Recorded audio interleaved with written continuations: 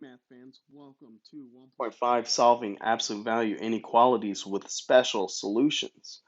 So all these examples here will have a unique kind of answer, and that is all because of the domain and range of an absolute value function. Okay, so it's important to understand that the domain of an absolute value function is always going to be all real numbers. That's because you can take the absolute value of 0 or any positive or negative number.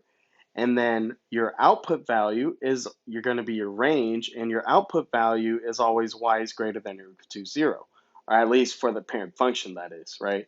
If you put like numbers outside of it and inside of it, it can change things. But in general, the absolute value, once you take the absolute value of a number, it's always going to be non-negative. Okay, so non-negative means it can be positive or zero, because zero is not negative. So what I mean by that is the absolute value of 0 equals 0. See, that's neither positive nor negative. But the absolute value of 3 is 3. That's positive. The absolute value of -3 is 3. That's also positive. So it's either going to be positive or 0. Okay, so it's important to keep that in mind when you're working these out. So for my first example, I have the absolute value of 2x plus 14 is less than or equal to 0. So you got to think, can I be less than 0 if I'm an absolute value function? And the answer to that is no. That's because the range of the absolute value parent function is y is greater than or equal to 0, meaning I have 0 for my floor and then any positive number. So it's impossible for me to be less than 0, which is any negative number. However, it does say y is greater than or equals to 0. That's because the output value is always non-negative, right? Non-negative means it can either be positive or 0.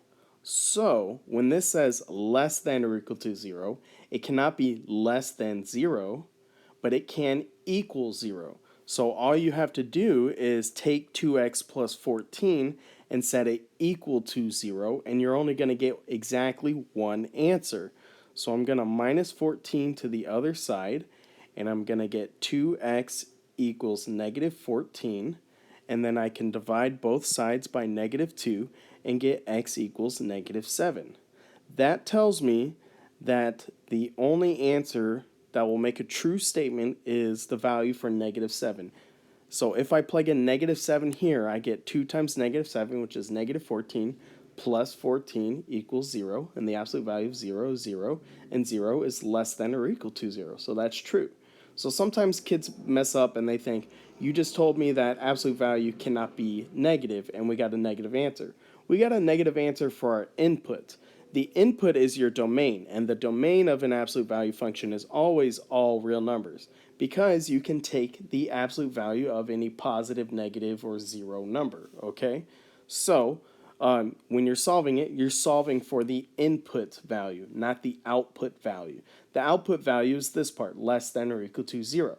So it's impossible to be less than 0, but it is possible to equal 0, and that's why I solved it the way I did.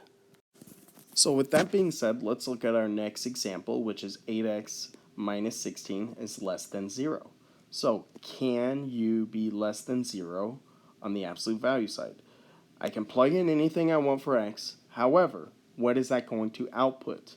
That is going to output a value that is either 0 or greater than 0. So think 16 minus 16 is 0, right? So 8 times 2 would make 16. So if you took the absolute value of 16, you get 0 is less than 0, which is not true. So pick a number bigger than 2. 3. 8 times 3 is 24. 24 minus 16 is 8. The absolute value of 8 is not less than 0, so that's false. Okay, pick a number less than 2, like 0. 8 times 0 is 0, so 0 minus 16 is negative 16. Take the absolute value of that, and negative 16 turns into positive 16, which is not less than 0. So what am I getting at here? I'm getting at the answer is no solution, because absolute value will always output a value greater than or equal to 0. So it's impossible to be less than 0. So with that being said, I have the absolute value of 5x plus 2 is greater than or equal to 0. So if the absolute value will always output a value that is greater than or equal to 0, and it's set to be greater than or equal to 0, then what's the answer? The answer is all real numbers, because absolute value will always output a value that is greater than or equal to 0. So it's the same reason before, just a different answer because of what it was set up as. And so my last answer, you would think it's also all real numbers, but it's actually not quite. So here I have the absolute value of negative 1 half x minus 4 is greater than 0. So remember, the absolute value will always output values that are greater than or equal to 0. So the greater than 0 is good, but it also says or equal to 0. So we need to avoid the equaling 0 part, because if we equal 0, 0 cannot be greater than itself. Okay, so what we're going to do is we're going to set the problem equal to 0 again. And so we have negative 1 half x minus 4 equals 0. So I can add 4 to the other side, and I get negative 1 half x equals 4. And so I can get rid of this fraction and the negative at the same time by flipping it by its multiplying it by its reciprocal. So flip it. And so I'm going to multiply negative 2 over 1 to both sides, and that's going to clear out the fraction. And so I get x equals 4 times negative 2 over 1 is going to make negative 8. So x equals negative 8. So that's not my answer, unlike the first problem where I had exactly one answer. The answer to this problem is going to be all real numbers except for negative 8. So you can write your final answer in this fancy kind of set notation where you say x exists in the set of real numbers such that x cannot equal negative 8. And I'll recap again as to why that is. If I plug in negative 8 here, negative 1 half times negative 8 would make positive 4. Positive 4 minus 4 would make 0. Then I take the absolute value of 0 and it equals 0. So then I get this statement that says 0 is greater than 0. That you can't have that. 0 is not greater than 0. So any other number you plug in will work. So if I plug in like 10, negative 1 half of 10 would make negative 5. Negative 5 minus 4 is negative 9. Absolute value of that's going to make positive 9. If I plug in something like negative 10, negative 1 half times negative 10 would make positive 5. Positive 5 minus 4 is positive 1. The absolute value of that is still 1, so that's greater than 0. So you see, every single thing you plug in will work except for the one scenario you get in which it equals 0. So that is why if you have a problem just strictly greater than 0, then it's going to be all real numbers except for that one scenario where it would equal 0. So I'm going to do a couple more examples. Anytime you have something on the outside of your absolute value bars, you should always get rid of that. So always start by adding or subtracting first if available. So I can I can take that minus 3 and plus it to the other side. And I have negative 2 times the absolute value of x plus 2. Is that greater than or equal to 10? Well, instead of distributing the negative 2, which you can, but it is going to make a lot more sense if you divide it out, because you have that constant on the other side. So you can divide that constant by negative 2, right? That's what I'm trying to get at. So you can divide out the negative 2, and you get the absolute value of x plus 2. And anytime you divide by a negative, you flip the inequality sign. And 10 divided by negative 2 is negative 5. And so now we have the absolute value of x plus 2 is less than or equal to negative 5.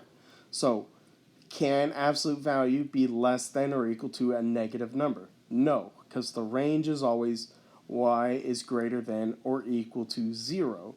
So if 0 is my floor, then negative 5 is below that floor, so that's impossible. So the answer to this problem is no solution. Again, because the range is y is greater than or equal to 0, so yeah, negative 5 is below 0. So for my final example, I see a plus 3 on the outside of the absolute value bars. I'm going to minus 3, and then I have negative 1 half times the absolute value of x minus 4 is less than or equal to 8 minus 3 is 5. And so again, you could distribute the negative 1 half, but it's going to be better if you flip it and multiply both sides by negative 2 over 1. And so I'm going to get the absolute value of x minus 4. And now I have to remember to flip my inequality sign. 5 times negative 2 over 1 is negative 10. And so you have the absolute value is greater than or equal to a negative number, which is always true because absolute value always outputs a non-negative number. So the smallest number I could output is 0. Like if I did 4 minus 4, I'd get 0. 0 is greater than negative 10. Any other number will be, any other number that I plug in for x will end up making a positive number, and that is also going to be greater than negative 10. So that means that my final answer will be all real numbers, because if I can only output non-negative values and it's saying are you greater than or equal to a negative number, then that's always going to be true. So with that being said, that's going to draw these notes to a close. I hope you learned something. Thank you for watching, and goodbye.